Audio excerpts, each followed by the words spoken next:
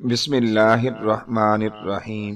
کیا نبی کریم صلی اللہ علیہ وسلم نے نئے سال کا جشن منایا؟ کیا صحابہ کرام نے آپس میں ایک دوسرے کو نئے سال کی مبارکباد دی؟ کیا تابعین اور تبع تابعین کے زمانے میں اس رسم کو منایا گیا؟ کیا دیگر مسلمان حکمرانوں نے اس کے جشن کی محفلوں میں شرکت کی؟ حالانکہ اس وقت تک اسلام ایران، عراق، مصر، شام اور مشرق وسطیٰ کے اہم ممالک تک پھیل چکا تھا۔ یہ وہ سوالات ہیں جن کا جواب ہر عقل مند شخص نفی میں دے گا۔ پھر آج کیوں مسلمان اس کام کو انجام دے رہے ہیں؟ آخر یہ کس نے ایجاد کیا؟ کون سی قوم نئے سال کا جشن مناتی ہے؟ کیوں مناتی ہے؟ اور اس وقت مسلمانوں کو کیا رویہ اختیار کرنا چاہیے؟ دوستو، اس ویڈیو کے اندر اسی کو واضح کرنے کی کوشش کی جائے گی۔ دنیا کے تمام مذاہب اور قوموں میں تہوار اور خوشیاں منانے کے مختلف طریقے ہیں۔ ہر تہوار کا کوئی نہ کوئی پس منظر ہے اور ہر تہوار کوئی نہ کوئی پیغام دے کر جاتا ہے، جن سے نیکیوں کی ترغیب ملتی ہے اور برائیوں کو ختم کرنے کی دعوت ملتی ہے۔ لیکن لوگوں میں بگاڑ آنے کی وجہ سے ان میں ایسی بدعات اور خرافات بھی شامل کر دی جاتی ہیں کہ ان کا اصل مقصد ہی فوت ہو جاتا ہے۔ جیسے جیسے دنیا ترقی کی منزل طے کرتی گئی اور مہذب ہوتی گئی، انسانوں نے کلچر اور آرٹ کے نام پر نئے جشن اور تہوار وضع کیے۔ انہی میں سے ایک نئے سال کا جشن ہے۔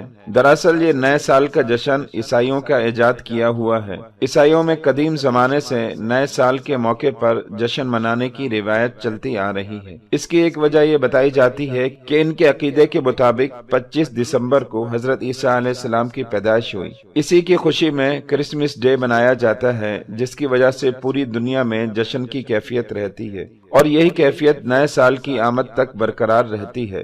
نئے سال کے جشن میں پورے ملک کو رنگ برنگی لائٹوں اور کمکموں سے سجایا جاتا ہے اور 31 دسمبر کی رات میں 12 بجنے کا انتظار کیا جاتا ہے اور 12 بجتے ہی ایک دوسرے کو مبارکباد دی جاتی ہے، کیک کاٹا جاتا ہے، ہر طرف ہیپی نیو ایئر کی صدا گونجتی ہے، آتش بازیاں کی جاتی ہیں اور مختلف نائٹ کلبوں میں تفریحی پروگرام رکھا جاتا ہے جس میں شراب و شباب اور ڈھانس کا بھرپور انتظام رہتا ہے، اس لیے کہ ان کی تفریح صرف دو چیزوں سے ممکن ہے، اول شراب، دوسری عورت۔ آج ان عیسائیوں کی طرح بہت سے مسلمان بھی نئے سال کے منتظر رہتے ہیں اور 31 دسمبر کا بے صبری سے انتظار رہتا ہے۔ ان مسلمانوں نے اپنی اقدار، روایات کو کمتر اور حقیر سمجھ کر نئے سال کا جشن منانا شروع کر دیا ہے، جبکہ یہ عیسائیوں کا ترتیب دیا ہوا نظام تاریخ ہے۔ مسلمانوں کا اپنا قمری اسلامی نظام تاریخ موجود ہے جو نبی کریم صلی اللہ علیہ وسلم کی ہجرت سے مربوط ہے، جس کا آغاز محرم الحرام سے ہوتا ہے۔ یہی اسلامی کیلنڈر ہے، لیکن افسوس تو یہ ہے کہ ہم میں سے اکثر کو اس کا علم بھی نہیں ہو پاتا۔ آج مسلمان نئے سال کی آمد پر جشن مناتا ہے، کیا اس کو یہ معلوم نہیں کہ اس نئے سال کی آمد پر اس کی زندگی کا 1 برس کم ہو گیا ہے؟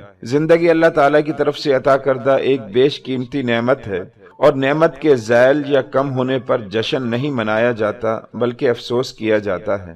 گزرا ہوا سال تلخ تجربات، حسین یادیں، خوشگوار واقعات اور غم و الم کے حادثات چھوڑ کر رخصت ہو جاتا ہے اور انسان کو زندگی کی بے ثباتی اور ناپائیداری کا پیغام دے کر الوداع کہتا ہے۔ سال ختم ہوتا ہے تو حیات کی بہاریں بھی ختم ہو جاتی ہیں اور انسان اپنی مقررہ مدت زیست کی تکمیل کی طرف رواں دواں ہوتا رہتا ہے۔ دعا ہے کہ اللہ رب العزت ہمیں اپنے پیارے آقا صلی اللہ علیہ وسلم کی سیرت اپنانے کی توفیق نصیب فرمائے اور ان خرافات سے حفاظت فرمائے، آمین۔